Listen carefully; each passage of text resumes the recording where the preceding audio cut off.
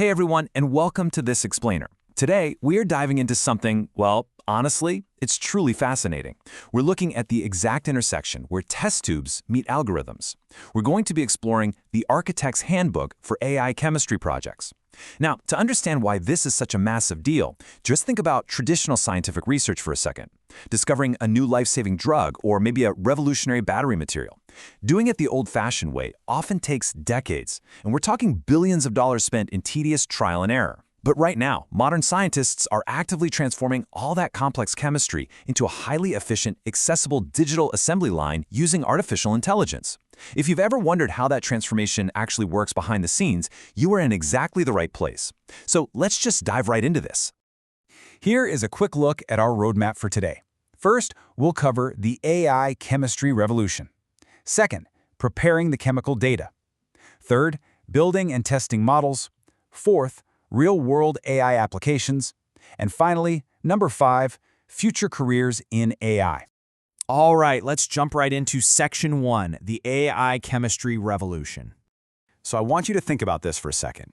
Can a computer actually predict the outcome of a chemical reaction before it even happens? Traditionally, chemists really had to rely heavily on physical experimentation, spending months, maybe even years in the lab, mixing physical substances, waiting for reactions, and just seeing what works. And the scale of this problem is absolutely mind-boggling. The number of possible chemical compounds out there is literally larger than the number of atoms in the observable universe. So finding the exact right molecule by trial and error is like finding a microscopic needle in a galactic haystack. But if a machine can accurately forecast the result virtually, we save immense amounts of time, money, and chemical waste. And that is the massive challenge that AI is actively solving right now. Now, an AI chemistry project isn't just one single discipline. It's a really powerful hybrid. It's an application combining chemistry, data science, machine learning, and artificial intelligence all working together to solve complex chemical problems. We are basically taking the deep, nuanced domain knowledge of traditional chemistry and fusing it with the incredible pattern recognition capabilities of modern computer science. Because let's face it, a human brain simply cannot analyze a million data points simultaneously to find some hidden molecular pattern, and AI can do it in seconds. But it still needs the human chemist to ask the right questions and set the boundaries.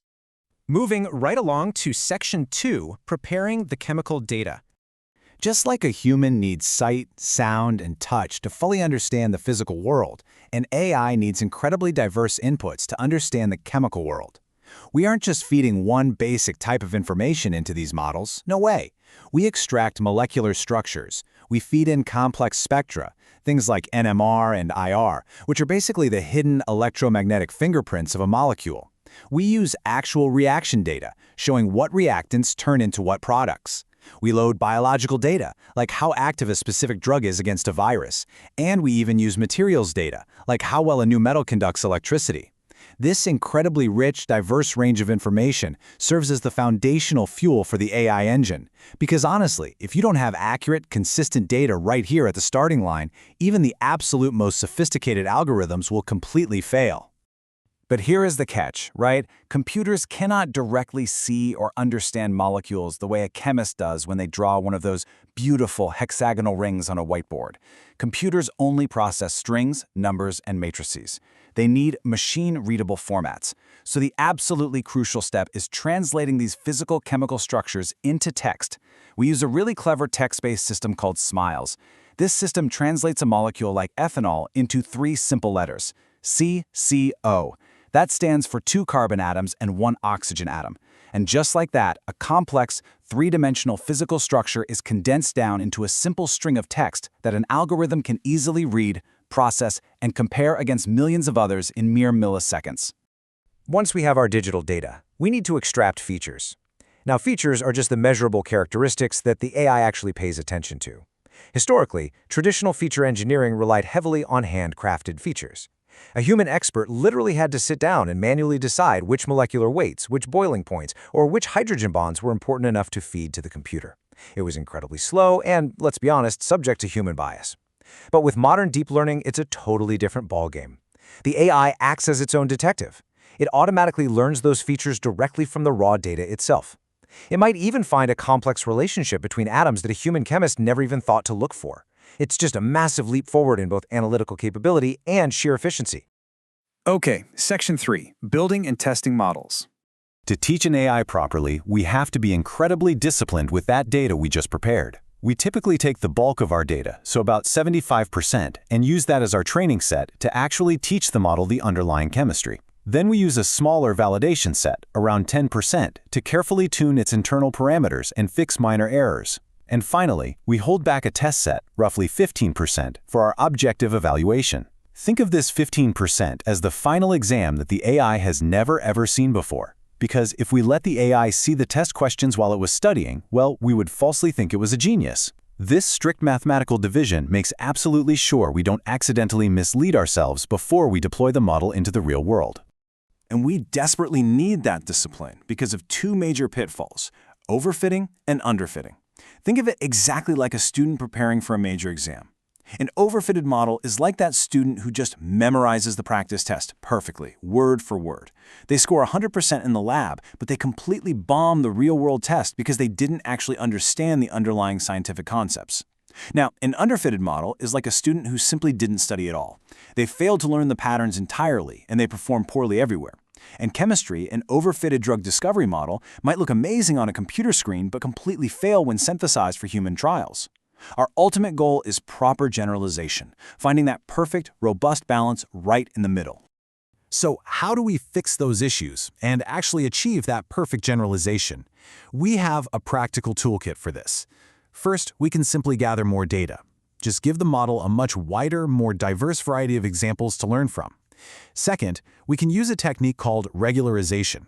This is basically mathematically penalizing the AI for overcomplicating things. It forces the model to find the simplest, most elegant underlying rule. Third, we employ cross-validation. This means training and testing the model multiple times on rotating chunks of the dataset, just to verify its reliability from all angles. Or, sometimes, the absolute best solution is just applying Occam's razor. Just use a simpler model.